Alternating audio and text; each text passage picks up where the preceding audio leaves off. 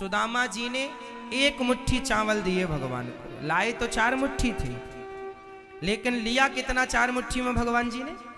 सिर्फ एक। और एक मुट्ठी चावल खाए गोविंद, एक मुट्ठी लिया ना तो भगवान कृष्ण बोले सुदामा मैं ऋणी हो गया तुम्हारा, क्योंकि मैंने तुम्हारा अन्न ग्रहण कर लिया। अन्नदान की महिमा हल्के में ना लीजिए मेरी मां। इसलिए हमारे हिंदू समाज में या कहीं भी आप जाओ, केवल हिंदू नहीं, मुस्लिम, सिख, ईसाई, यहूदी, पारसी, कोई भी हो, किसी भी धर्म में अन्नदान की महिमा हर जगह है। हाँ या ना?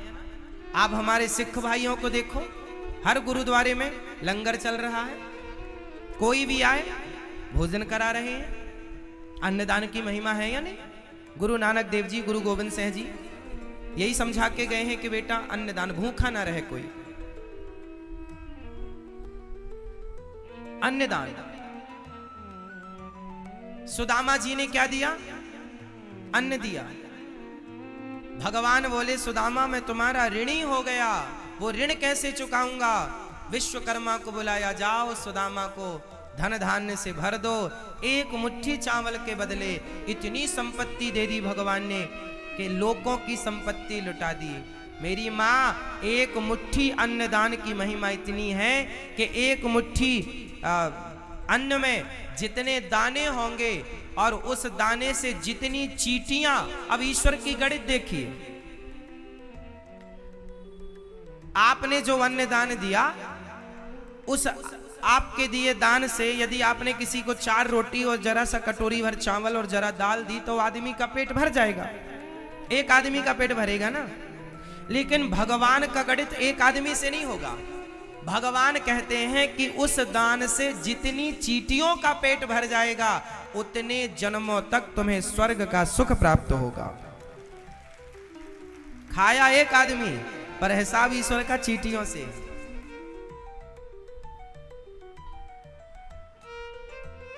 इसलिए राजा रंतिदेव के बारे में आपने सुना होगा, सुना है?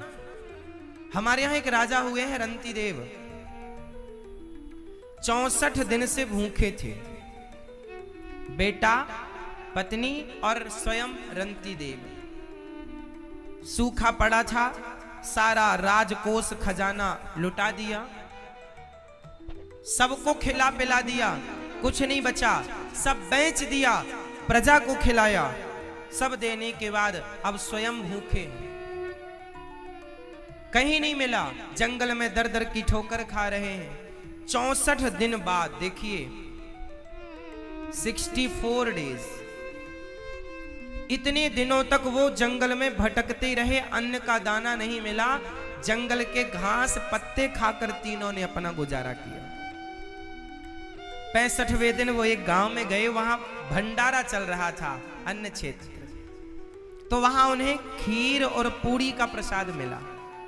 तो तीनों ने लिया और नदी के किनारे तीनों पत्तल लेकर भगवान को भोग लगाकर खाने वाले थे कि एक चांडाल अपने कुत्तों को लेकर आया।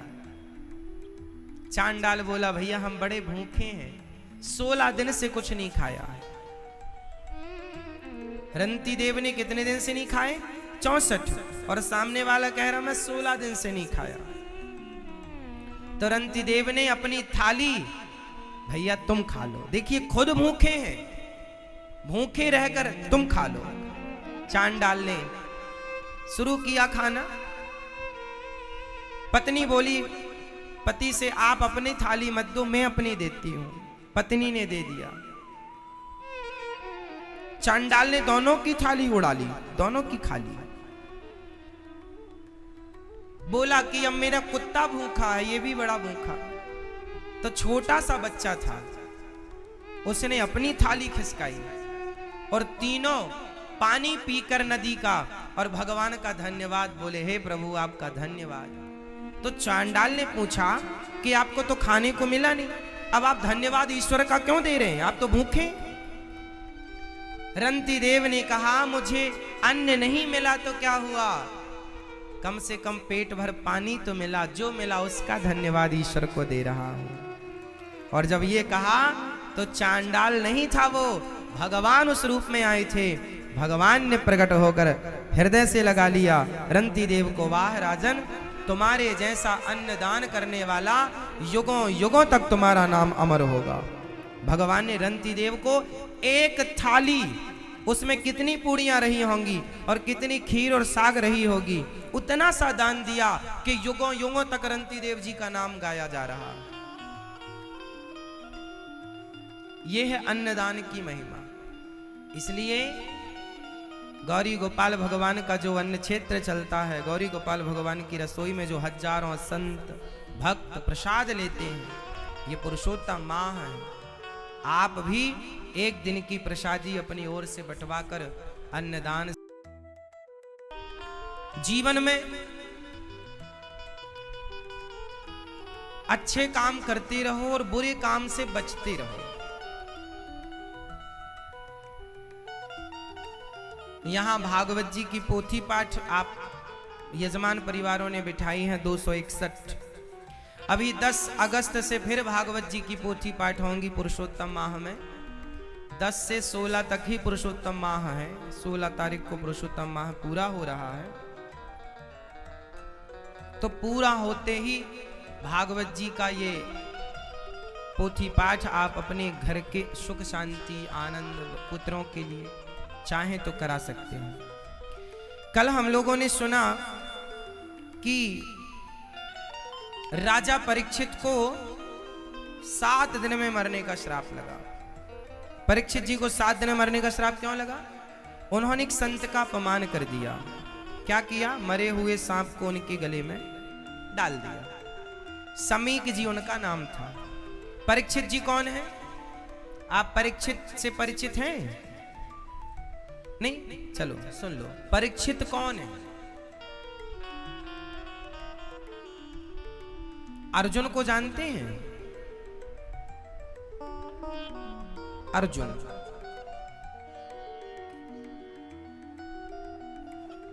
महाभारत में चक्रव्यूह में एक की मृत्यु हुई थी। बताओ किसकी? किसकी? हाँ, अभिमन्यु किनके पुत्र हैं? किनके? मां का नाम? अभिमन्यु की माता सुभद्रा, भगवान श्री कृष्ण की सगी बहन माता सुभद्रा, उनके पुत्र अभिमन्यु, पिता अर्जुन। अभिमन्यु की मृत्यु हो गई थी 18 से 20 वर्ष की उम्र में। चक्रव्यूह में जब मारे गए तो 18-20 साल की आयु थी, चले गए। उस समय उनकी पत्नी गर्भवती थी। क्या नाम था पत्नी का? उत्तरा। क्या नाम था? माता उत्तरा। उत्तरा मां गर्भवती थी। उनके गर्भ में जो बालक था उसे मारने के लिए अश्वत्थामा ने ब्रह्मास्त्र चलाया, जिसकी रक्षा भगवान ने गर्भ में की थी। जन्म लेते ही परीक्षित, जन्म लेते ही बच्चे रोते हैं, पर परीक्षित ने जन्म लेते ही यहां वहां देखना शुरू किया, ऐसे ऐसे सर्च किया, ढूंढा किसी को, इसलिए नाम परीक्षित रखा कि जन्म लेते ही परीक्षा कर रहा है, किसी को खोज रहा है। तो वो भगवान को खोज रहे थे परीक्षित जी के गर्भ में, जिन्होंने मुझे बचाया था, मैंने उन्हें देखा था, वो कहां है? इसलिए उनका नाम पड़ा परीक्षित। उन परीक्षित जी ने कलयुग को रहने के 4 कमरे बनवाए थे। जब पांडव अपने स्वर्गारोहण में चले गए ना, तो पांडवों की गद्दी किसे मिली? पांडवों की सत्ता किसे मिली? सिंहासन पांडवों के वंश में अब परीक्षित ही रहे। तो अभिमन्यु पुत्र परीक्षित जी राजा बने। परीक्षित जी के पुत्र हुए हैं जन्मेजय। परीक्षित जी राजा हुए। इन्हें श्राप लग गया 7 दिन में मरने का। इन्होंने कलयुग को रहने की जगह दी थी। कोई आपसे पूछे कि कलयुग कहां कहां रहता है तो आपको पता है कहां कहां रहता है? मैया आपको पता है? नहीं?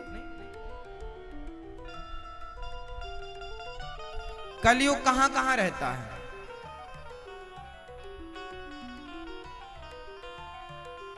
जुआ में। कलयुग का पहला ठिकाना है द्यूतम, जुआ। क्या नाम है? आप खेलते हैं जुआ? नहीं, कभी नहीं खेले? आप खेले हैं जुआ? आप मैया भैया जुआ खेलोगे तो सर्वनाश होगा। किसका हुआ? कौरवों का। जुआ खेला सर्वनाश। कलयुग वहां होता है जहां जुआ। कलयुग मतलब कली, इसे कहते हैं कली। कली तो कली मतलब जो कलह कराए, जो झगड़ा कराए, वो कलयुग। और झगड़े 4 जगह ज्यादा होते हैं। कहां? जहां जुआ होगा वहां झगड़ा, और जहां झगड़ा होगा वहां विनाश।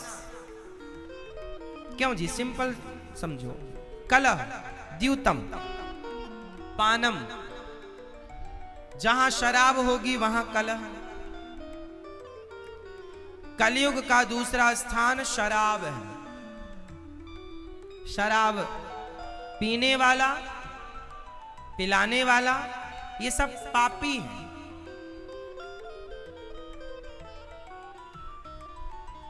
शराब का स्पर्श भी पाप है। पाप नहीं, शराब को महापाप में रखा गया है। 5 प्रकार के महापाप होते हैं मैया। एक तो होता है पाप, दूसरा होता है महापाप। महापाप क्या होते हैं? 5 प्रकार के महापाप होते हैं। उन 5 प्रकार के महापापों में पहला महापाप गौ हत्या करना है। गाय की हत्या महापाप। ब्राह्मण की हत्या करना महापाप। सोने की चोरी करना, सोना, स्वर्ण, गोल्ड, स्वर्ण की चोरी करना महापाप। शराब पीना महापाप। और 5वां, गुरु जी की पत्नी पर कुदृष्टि या फिर गुरु जी पर कुदृष्टि रखना महापाप। और जैसे गौ हत्या और ब्राह्मण हत्या, ये एक मानो आप, तो गौ हत्या ब्राह्मण हत्या एक महापाप। ये दोनों हत्या है ना, तो एक इनको जोड़ लो, एक गिनो। पहला महापाप गौ हत्या ब्राह्मण हत्या करना, दूसरा महापाप स्वर्ण की चोरी करना, तीसरा महापाप शराब पीना, चौथा महापाप गुरु पत्नी पर कुदृष्टि रखना या अपने गुरु जी को गलत भाव से देखना। और 5वां, इन चारों के साथ जो उठता बैठता हो, संबंध रखता हो, वो 5वां महापापी है।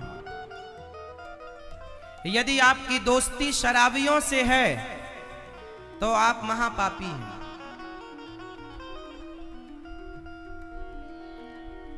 कलयुग कहां है? द्यूतम पानम स्त्रियः सूना। कलयुग का पहला स्थान है जुआ, दूसरा स्थान है शराब।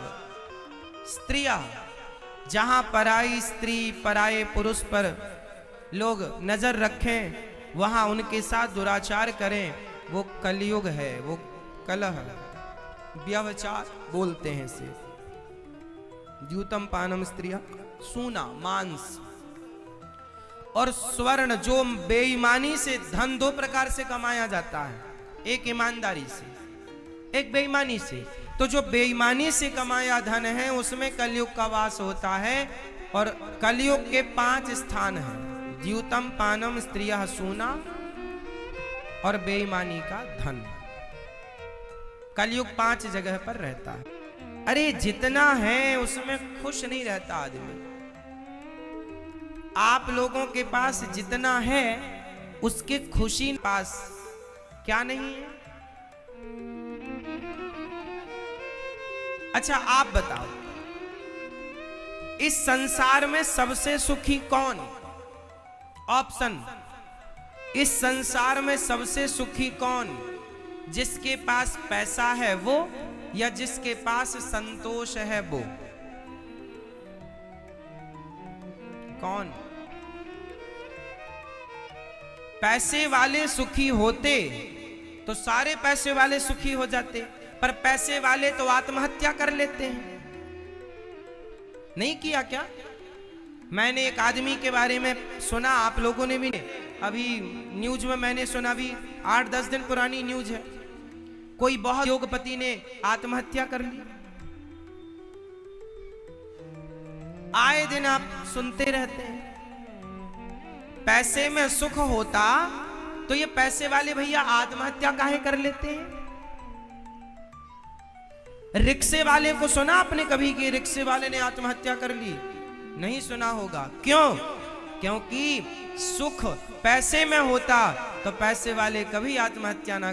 पैसा होना अलग विषय है मेरी मां, और स्लादऊ सतगिम दुकूलई है। जब जमीन पर सोने से काम चल जाए तो पलंग के लिए क्या प्रयास करना। जमी पर लेट जाते हैं, सिराने हाथ रखते हैं, हम तो ना तकिया बिस्तर हमेशा साथ रखते हैं।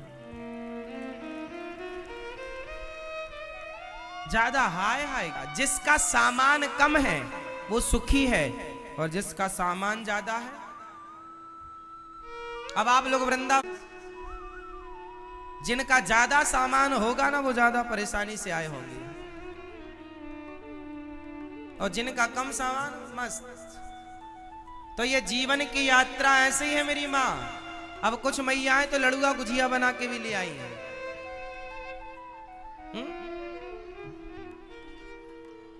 ऐसे तैयारी से आई हैं जैसे यहां खाने को ना मिले।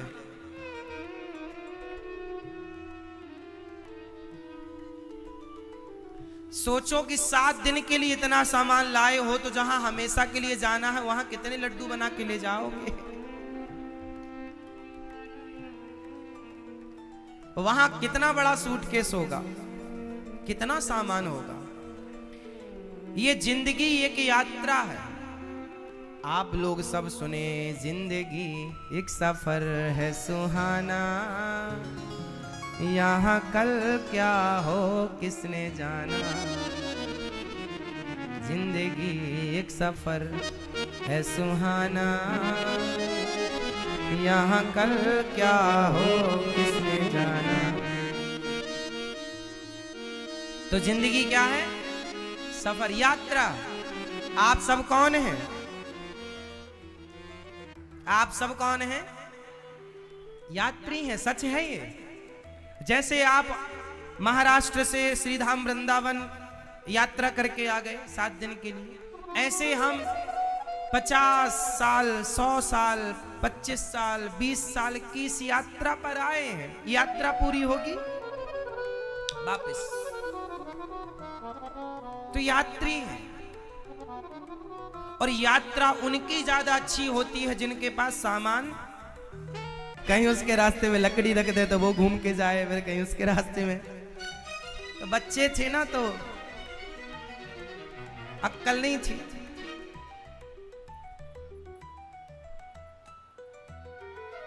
गुबरीला कीड़ा होता है ना मेरी मां, वो गोबर का गोला बनाता है और गोबर के गोले को ना ढकेलता हुआ अपने बिल की तरफ ले जाता है।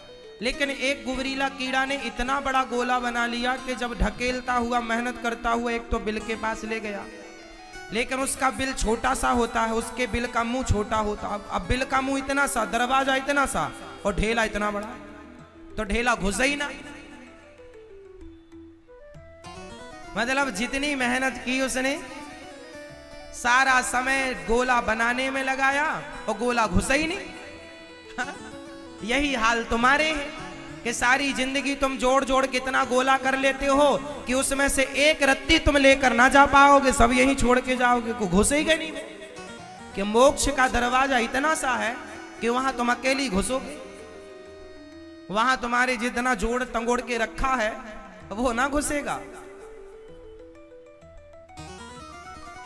सब यहीं रहेगा। तो गुबरीला कीड़ा ना बनो।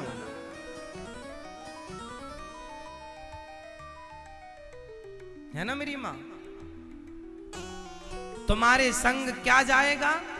धर्मानुगो गच्छति जीव एकः, तुम्हारे द्वारा किया गया पुण्य तुम्हारे संग चलेगा। तुम्हारा पुण्य तुम्हारा साथी है, इसलिए पुण्य करो।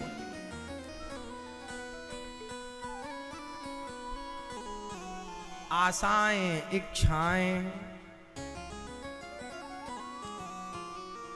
अपनी माता सती की मृत्यु भी न टल पाई, इसलिए जाना तो पड़ेगा। एक पंडित जी अपने घर में पत्र देखा करते थे। एक पंडित जी अपने घर में पत्र देखा करते थे। जन्म मरण के जन्म कुंडली लेखा जोखा करते थे। जन्म मरण के जन्म कुंडली लेखा जोखा करते थे। जब मरने का टाइम आया, जब मरने का टाइम आया, पोथी उनकी धरी रही। जब मरने का टाइम आया, पोथी उनकी धरी रही। जब परदेसी हुआ रवाना, सुंदर काया पड़ी रही।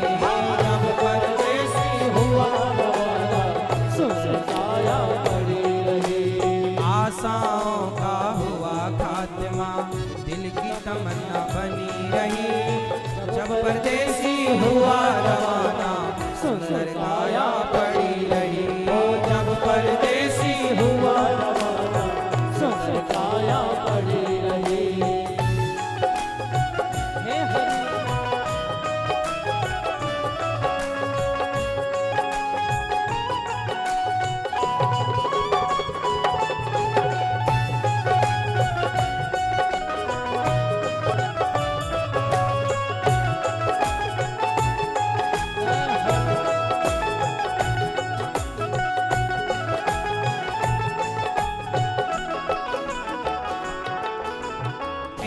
सेठ दुकान पे बैठे, घटा नफा सब देख रहे। एक सेठ दुकान पे बैठे, घटा नफा सब देख रहे। किसको हमको कितना देना, बही के पन्ने मोड़ रहे। किसको हमको कितना देना, बही के पन्ने मोड़ रहे। जब भगवान का समय पूरा होगा तो ना पंडित जी रह जाएंगे, ना सेठ जी रह जाएंगे, ना हम रहेंगे, ना आप रहो।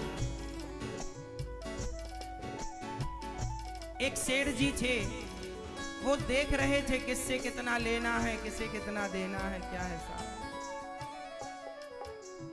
एक सेठ दुकान पे बैठा, घटा नफा सब देख रहा। एक सेठ दुकान पे बैठा, घटा नफा सब देख रहा। किससे हमको कितने लेने, बही के पन्ने मोड़ रहा। किससे हमको कितने लेने, बही के पन्ने मोड़ रहा। काल तमाचा लगा बलि का,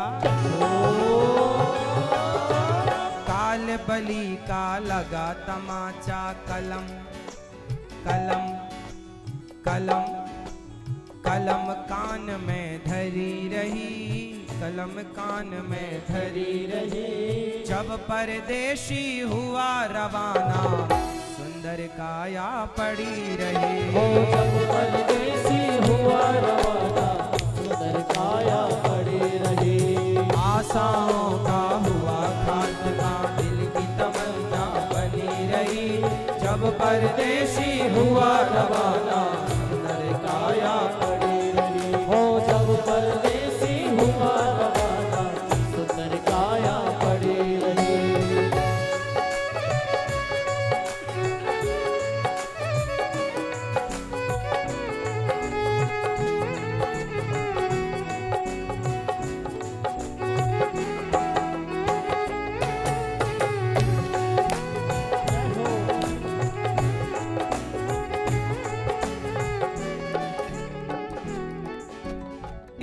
डॉक्टर अपने घर से दवा करने तैयार हुआ, दवा उठाकर बैग में रखा, मोटर कार सवार हुआ। एक डॉक्टर, एक बेटा आया, डॉक्टर साहब मेरी माँ बीमार है। डॉक्टर बोले चलो मेरे पास ऐसी दवाई है, मैं तुम्हारी माँ को मरने नहीं दूंगा। लेकिन जो दूसरों की जान बचाने की गारंटी लेते हैं, क्या वो अपनी जान बचा पाएंगे? जब समय आएगा, जब टाइम पूरा होगा, तो आप कोई क्यों ना हो, समय ना छोड़ेगा, काल ना छोड़ेगा साहब। कोई भी हो, आप ज्ञानी कितने हो, डॉक्टर कितने भी बड़े हो, कितने भी बड़े पैसे वाले हो, कितने भी बड़े पंडित हो, एक डॉक्टर अपने घर से दवा करने तैयार हुआ। एक डॉक्टर अपने घर से दवा करने तैयार हुआ। मैं धरी रही जब परदेशी हुआ रवाना, सुंदर काया पड़ी रही। जब परदेशी हुआ रवाना, सुंदर काया पड़ी रही। और वाह वाह रे क्या कहूँ भाई, ईश्वर की है यही गति। वाह वाह रे क्या कहूँ भाई, ईश्वर की है यही गति। जिसको जिस टाइम है जाना, फर्क न होगा एक रत्ती। जिसको जिस टाइम है जाना, फर्क न होगा एक रत्ती। जिसने प्रभु का भजन किया है, जिसने प्रभु का भजन किया है, उसकी कमाई साथ गई। जिसने प्रभु का भजन किया है, उसकी कमाई साथ गई। जब परदेशी हुआ रवाना, सुंदर काया पड़ी रही। जब परदेशी हुआ रवाना, सुंदर काया पड़ी रही। आशाओं का हुआ खात्मा, दिल की तमन्ना बनी रही। आशाओं का तमन्ना बनी रही। जब परदेशी हुआ रवाना, सुंदर काया पड़ी रही। जब परदेशी हुआ रवाना, सुंदर काया पड़ी रही। जब परदेशी हुआ रवाना, सुंदर काया पड़ी रही। जब परदेशी हुआ रवाना, सुंदर काया पड़ी रही। सुंदर काया पड़ी रही। सुंदर काया पड़ी रही। वाह वाह रे क्या कहूँ भाई, ईश्वर की है यही गति। जिसको जिस टाइम है जाना, फर्क न होगा एक रत्ती। इसलिए हम सब कौन है मेरी माँ? हम मैया कौन? हम मैया कौन? हम यात्रीगण। पूरी होने को आई, जिन जिन के बाल सफेद दूर नहीं है, कितनी भी मेहंदी पोत लो, स्टेशन तो आने वाला। इसलिए अब कोई कहे नहीं हम तो उतरेंगे ही नहीं,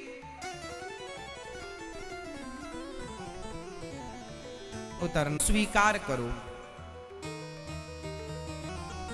बुढ़ापा आएगा तो स्वीकार करना।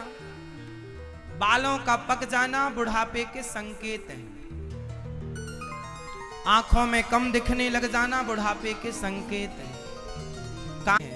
और बुढ़ापा ये संकेत देता है, बालों का पकना ये संकेत देता है कि मैंने अपना रंग बदल दिया, अब तू कब अपने रंग बदलेगा, कब तू भगवान में मन लगाएगा। बाल काले से सफेद हो गए, मतलब बाल कहते हैं काले कारनामे छोड़ो, और सफेद मतलब एक नंबर का काम करो, भगवान की शरण में रहो। संकेत। लेकिन आप फिर काला कर लेते हैं लगा लगा के मेहंदी। कर लो,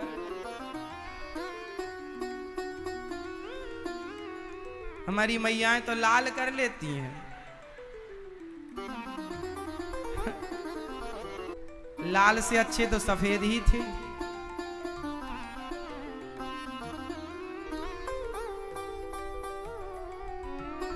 अच्छा नीला पीला नहीं करते आप लोग।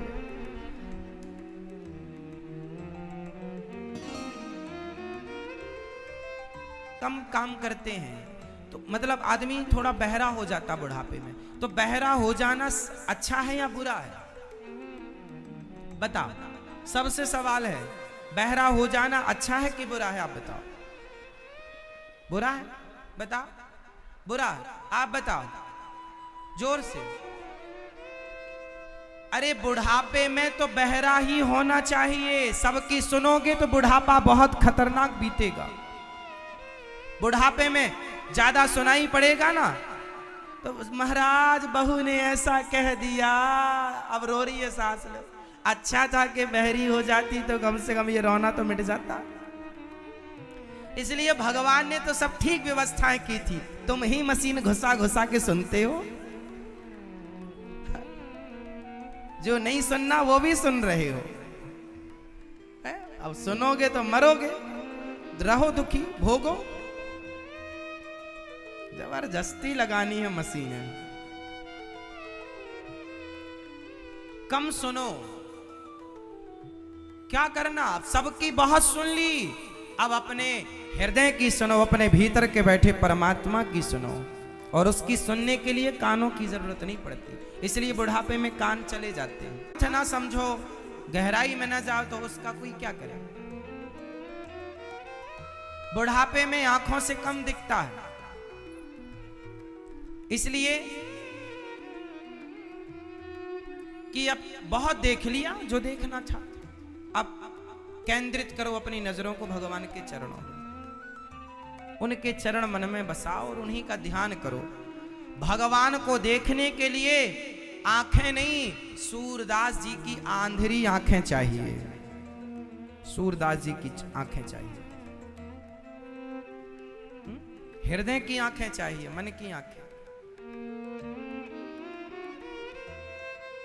बुढ़ापे में आपने देखा हो एक चीज और होती है, अधिक बुढ़ापा आने पर ना सिर हिलने लग जाता है। वो भी एक संकेत है। बताओ क्या संकेत देता है बुढ़ापे में सिर हिलता है? आपने देखा किसी का सिर हिलते?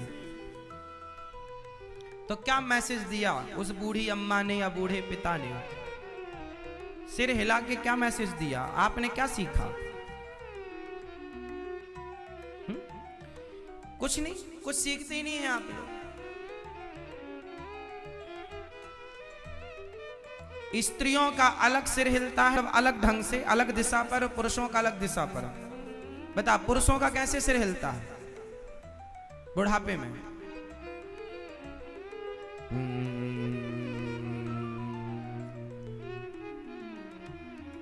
और स्त्रियों का? इसका कारण जानती हो मैया क्या है? पुरुषों का सिर ऐसे क्यों हिलता है? तो बोलता हाँ आऊंगा, अभी आऊंगा, अभी 2-3 शादी और करूंगा, अभी एक से पेट नहीं भरा।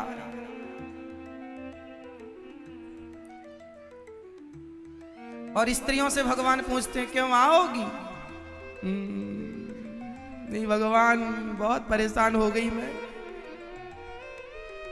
नहीं आऊंगी। स्त्रियां मना कर देती हैं, एक सी त्रस्त हो जाती हैं। इसलिए संसार की उलझन में आप उलझना जबरदस्ती चाह रहे हैं। भगवान ने किसी को नहीं उलझाया। आप जो ज्यादा होशियार बनते हैं ना, चतुर, ये चतुराई तुम्हें उलझाए पड़ी है। दिया तो सेवा करो, पांव दिए तो भगवान के दर्शन करने चलकर जाओ, मुख दिया तो भगवान का नाम जपो, पेट दिया तो भगवान का चरणामृत और प्रसाद को रखने के लिए दिया, खूब प्रसाद ग्रहण करो। लेकिन आप हर चीज का, हर इंद्री का दुरुपयोग। भगवान ने तुम्हें शादी कराई, विवाह पत्नी दी, पति दिया, इसलिए कि तुम भगवान के भक्तों को पैदा करो, ऐसी संतान पैदा करना जो भक्त हो। लेकिन नहीं, भक्तों को कहां आजकल पैदा कोई कर रहा है। इसलिए कहां गए वो विवेकानंद, कहां गई वो झांसी की रानी, कहां गए वो रामकृष्ण परमहंस, कहां गए वो स्वामी श्री रामानुजाचार्य, श्री रामानंदाचार्य जी, कहां गए वो महापुरुष। मीरा कहां चली गई, कहां पैदा हो रही है अब झांसी की रानी। पता नहीं उस प्रकार के कहां वो वीर शिवाजी चले गए, महाराणा प्रताप चले गए, गुरु नानक देव जी चले गए, गुरु गोविंद देव जी चले गए, कहां चले गए पता नहीं। कहां पैदा करती हैं हम माताएं ऐसे महापुरुषों को। अब ऐसे महापुरुष पता नहीं कहां चले गए।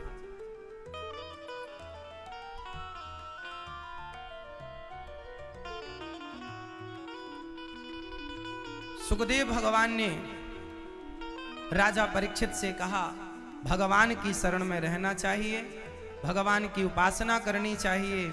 जब भगवान की सृष्टि का वर्णन किया, ब्रह्मा जी किस प्रकार भगवान नारायण की नाभि से प्रकट हुए, चतुश्लोकी भागवत सुनवाई। सुखदेव नमः परस्मै पुरुषाय भूयसे सदुद्भवस्थान निरोध लीलया ग्रहीत शक्ति तृतीयाय देहिना मंत्र भवायानुप्रतमने।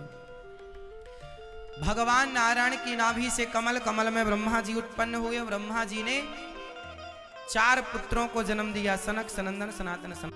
एक बार भगवान शांति दूत बनकर आए दुर्योधन के यहां समझाने के लिए, मान जा, नहीं माना। उसी दौरान माता विदुरानी ने भगवान को छिलकों का भोग लगाया। भगवान क्या स्वीकार करते हैं बताओ, भगवान को खाने में क्या पसंद है, क्या खाते हैं भगवान, आप बताओ मैया, भगवान क्या खाते हैं मैया, ओ मेरी माँ आप बताओ। बेर, फल, फल खाते हैं, कौन सा, सारे खा लेते हैं, चीकू कोई भी खाते होंगे। आप बताओ भगवान क्या खाते हैं, आलू प्याज, अच्छा प्यार से, हमें लगा प्याज कब से खाने लग गए भगवान। ये मैया बताएंगी, लाल साड़ी वाली मैया, चलो बताओ। हाँ, भगवान क्या खाते हैं, खाने में क्या पसंद है।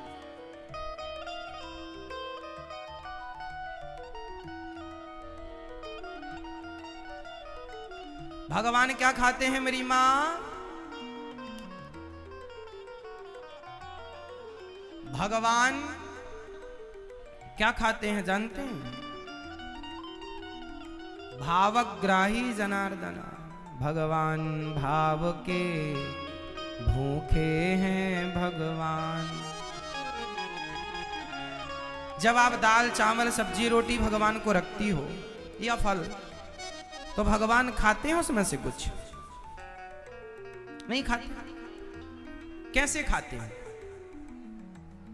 कैसे खाते हैं, भाव से भोग लगाते हैं, तो उसे कैसे व्यक्त करेंगे जरा समझाओ हमें, कैसा वाले, कैसे खाते, किस तरह, उदाहरण देके समझाना पड़ेगा। ऐसे कोई ना समझेगा तुम्हारी, भाव से खाते हैं भगवान, भाव से, प्रेम भाव से, ये नहीं, उदाहरण देके समझाओ कैसे भगवान कैसे खाते हैं। जैसे जैसे जैसे कहो तो हम बताएं, बताऊं, सुनो फिर। मैया, ओ मेरी झोले वाली मैया, कहां जा रही हो मेरी माँ, जा रही हो, अच्छा एक झोले भर गई कथा, एक झोला कथा लेके जा रही हूं। ये देखो झोला बड़ा सा एक झोला कथा हो गई, अब चली आगे आगे दादाजी भी जा रहे हैं झोला भर के, एक एक झोला कथा भर ली हो गई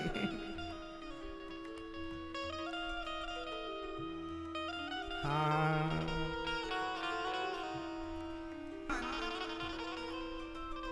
आप जब दाल चावल सब्जी रोटी खीर पूरी पकवान फल रख, उसमें से भगवान क्या खाते हैं और कैसे खाते हैं, खाने का तरीका क्या है भगवान।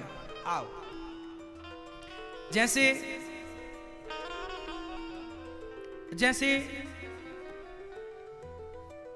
ये गुलाब है, अब ध्यान से देखना, ये गुलाब में शहद है या नहीं? बताओ, पुष्पों में शहद होती है या नहीं? जोर से। गुलाब में होती है शहद? क्या पुष्पों की शहद को आप किसी मशीन के द्वारा निकाल सकते हैं? जोर से। जैसे पुष्पों में शहद तो है, लेकिन निकाल कौन सकता है? केवल मधुमक्खी। अच्छा एक बात बताओ, इस पुष्प का वजन माना कि 10 ग्राम है, एक एग्जाम्पल। अब 10 ग्राम का वजन है और तभी इसमें मधुमक्खी आकर बैठ गई और मधुमक्खी ने इसमें से रस निकाल लिया और फिर उसके बाद आपने तराजू में तौला, तो बताओ इसका वजन कम होगा कि नहीं? कम नहीं होगा। इस गुलाब में खुशबू है, मैंने ले ली, अब खुशबू ले तो ली, अब फिर से तौल कर देखा, क्या वजन कम होगा? नहीं होगा। जैसे मैंने इस गुलाब की खुशबू को ग्रहण कर लिया, जैसे मधुमक्खी ने इस गुलाब से शहद ग्रहण कर लिया, पर इसका वजन कम नहीं हुआ, ये जस का तस बना रहा। उसी प्रकार आपके दाल चावल सब्जी रोटी से भगवान आपके प्रेम की खुशबू ग्रहण कर लेते हैं, भाव की शहद ग्रहण कर लेते हैं और प्रसाद आपके लिए छोड़ देते हैं, लो खाओ। कम नहीं होता, दाल चावल सब्जी रोटी कम नहीं होगी। कम नहीं होती तो आप ये सोचते हैं भगवान ने तो खाया नहीं, अरे खाया होता तो कम हो जाती। अरे गुलाब की खुशबू लेकर के आप गुलाब तौलना, जब खुशबू लेने के बाद गुलाब का वजन कम नहीं होता, तो फिर भगवान उस भाव के ग्रहण को, भोजन को ग्रहण कर लेंगे, भाव को स्वीकार कर लेंगे, तो भोजन कम कैसे होगा? इसलिए भगवान को भावग्राही कहते हैं। भगवान क्या ग्रहण करते हैं? भाव। अब सिर्फ आप कहेंगे कि भाव भाव, कोई ना समझेगा, ऐसे समझाना पड़ता है, तब आदमी की खोपड़ी में घुसता है। हाँ या ना? तो हम केवल इसलिए समझाते हैं आप लोगों को कि कल को आपसे ये सब कोई सवाल करे तो आप फटाफट उत्तर दे सके, इसलिए हम आपको समझा समझा के कथा सुनाते हैं। हाँ या ना? हम कोई भी बात ऐसी नहीं सुनाते जो आपकी समझ में ना आए, कोई मतलब ही नहीं निकलेगा। हमने सुना दी और आपकी समझ में नहीं आया, तो उसका मतलब क्या है ना मेरी माँ? हाँ। तो भगवान विदुरानी के घर गए और क्या खाए? विदुरानी के घर भगवान ने क्या खाया था? आप बताओ। साग, काय की, और क्या खाया था? और का पता नहीं, मैया बताएंगी। मैया, विदुरानी के घर भगवान ने क्या खाया? कोई नहीं बताएगा, ये मैया बताएंगी। दिन भर फेसबुक व्हाट्सएप चलाती हो मैया, इसलिए तुम्हें पता नहीं है। सत्संग कम करती हो। अब सोचो मैया को ये नहीं पता, इतनी सी बात, इसका मतलब मैया सत्संग नहीं करती, पंचायत में लगी रहती हो सहेलियों के साथ। मैया बताएंगी। बताओ, विदुरानी के घर भगवान ने और क्या खाया साग के सिवा? सबको पता है, बच्चे बच्चे बताएंगे, अभी पीछे पूछूंगा तो कोई ना बताएगा, अभी त्रिदेवियों से पूछ लें।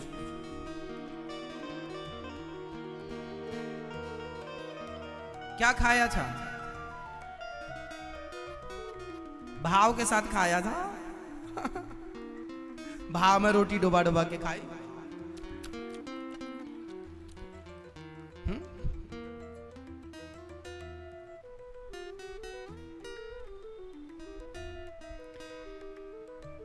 जब भगवान विदुरानी के घर गए तो विदुरानी की साग के पहले भगवान ने छिलकों का भोग लगाया था।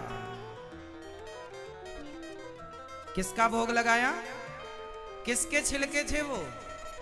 अरे आपने क्यों बताया? ये मैयाओं को थोड़ी पता था, ये तो कह देते एप्पल के छिलके थे।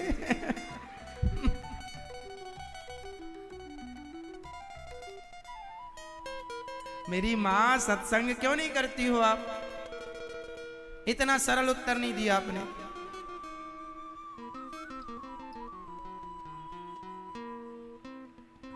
अब ये उम्र सत्संग की है, यहां वहां मन न लगाओ।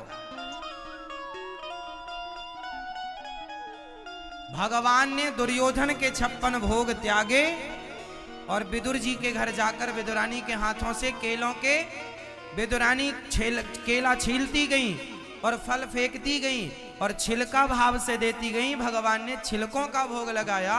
जब विदुर जी 56 भोग लेकर आए और उन्हें बादाम काजू खवाए तो भगवान ने कहा, काका जी जो स्वाद मुझे इन छिलकों में आया वो आपके 56 भोग में नहीं है, क्योंकि भगवान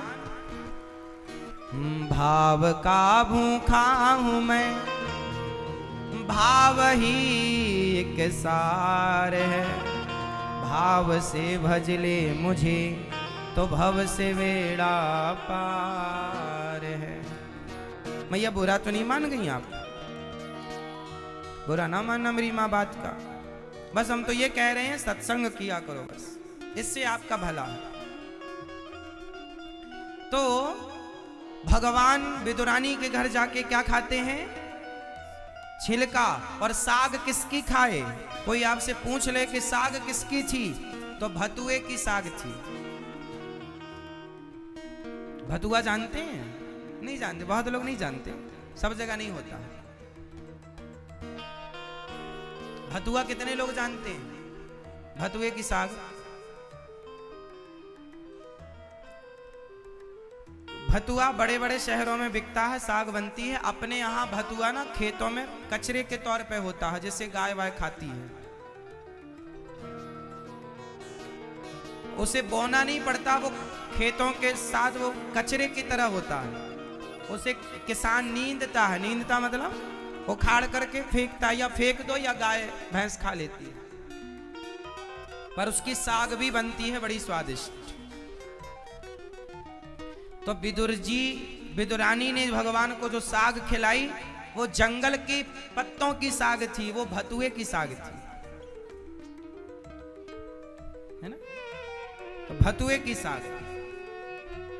और विदुर जी भोग खिला रहे हैं ठाकुर जी को, बादाम के पिस्ता 56 ने, केलों में स्वाद आया। भगवान तो भगवान ये नहीं देखते कि आपकी हैसियत क्या है, आपके पास पैसा क्या है, नहीं। आपने भगवान के लिए कितना कुछ बनाया, कितने व्यंजन हैं, ये कुछ नहीं देखते। भाव कितना, भाव से छिलका दो, जूठे बेर दो और सूखे चावल दो, सब खाएंगे।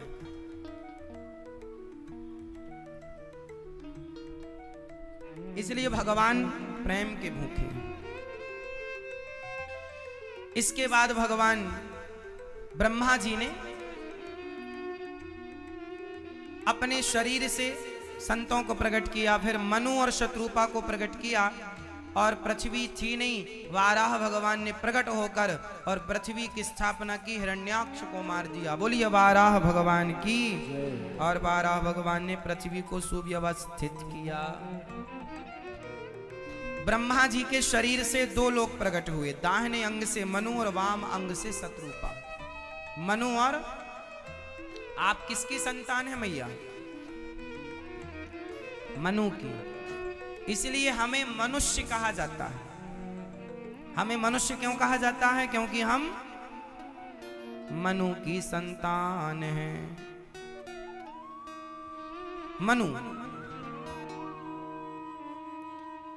मनु शत्रुपा की 3 बेटियां हुई। प्रथम का नाम आकुति, द्वितीय का नाम देवहूति, तृतीय का नाम, तीसरी का नाम प्रसूति। 2 बेटे हुए, प्रियव्रत और उत्तानपाद। आकुति का विवाह रुचि प्रजापति से हुआ, जिनके यहाँ यज्ञ भगवान प्रकट भये। माता देवहूति का विवाह महर्षि कर्दम जी से हुआ। कर्दम जी ब्रह्मा जी के पुत्र हैं, तपस्या कर रहे थे, मनु जी अपनी बेटी को लेकर गए। महाराज, पहले का पिता अपनी बेटी का विवाह तपस्वियों से करते थे, आजकल के पिता अपनी बेटियों का विवाह पैसे वालों से करते हैं। अंधा हो, लंगड़ा हो, गूंगा हो, चलेगा, बस पैसा होना चाहिए, भले वो कैसा भी हो। ऐसा नहीं होता। हर पिता का धर्म है कि अपनी बेटी के लिए योग्य लड़का देखे। पैसा ही सब कुछ नहीं होता साहब। जब आप लोग पैसे को माई बाप मान बैठे हैं ना, गलत है। जोड़ी आपकी बेटी और दामाद की ऐसी हो कि जहां खड़े हो वो तो लगे कि सीताराम खड़े हैं, राधे श्याम खड़े हैं, लक्ष्मी नारायण खड़े हैं। जोड़ी ऐसी होनी चाहिए। थोड़ा बहुत 19-20 चलता है, 10-20 नहीं चलता। अब कई जगह पत्नी है लंबी पूरी और पति है जरा सा, गोद में लेके चलती रहती है। ठीक है, चलता है, जहां ऐसा है वहां ठीक है, चलता है। पर फिर भी जोड़ी यदि आपकी लड़की का रंग गोरा है तो उसके लिए लड़का भी उसी के रंग का लगभग हो। थोड़ा चलता है काला गोरा, हल्का फुल्का, बिल्कुल ब्लैक एंड व्हाइट नहीं होना चाहिए। क्यों? सही? लड़की बड़ी सुंदर है और लड़का एकदम अपोजिट है, ऐसा नहीं। पद्म पुराण में लिखा है कि पिता का धर्म है कि अपनी बेटी का विवाह समय से करे और योग्य लड़का देख कर करे। लड़के से विवाह करने के पहले अपनी बेटी का, लड़के की पूरी छानबीन कर लो, बाद में पश्चाताप ना करना पड़े। बहुत सारे माँ बाप जल्दीबाजी रिश्तेदारों के कहने में और सुनो, किसी के कहने पर बेटी का विवाह ना करना। कुछ लोग तो झूठ बोल के विवाह करा देते हैं। आप उनकी बातों में आके विवाह कर लेंगे, बेटी का सारा जीवन बिगड़ जाएगा। इसलिए खूब अच्छे से देखो, शराब तो नहीं पीता, पराई औरतों के चक्कर में तो नहीं है, नशा नहीं करता, उल्टा सीधा काम तो नहीं है। क्योंकि यदि किसी आदमी का किसी और स्त्री के साथ चक्कर है और आपने उससे विवाह कर दिया और उस लड़की को जब पता चलेगा कि मेरा होने वाला पति किसी और स्त्री के चक्कर में है, उस पर क्या गुजरेगी। और एक बाकी चीजों का इलाज होता है साहब, चोरी और जारी का इलाज नहीं होता। समझ रहे हैं?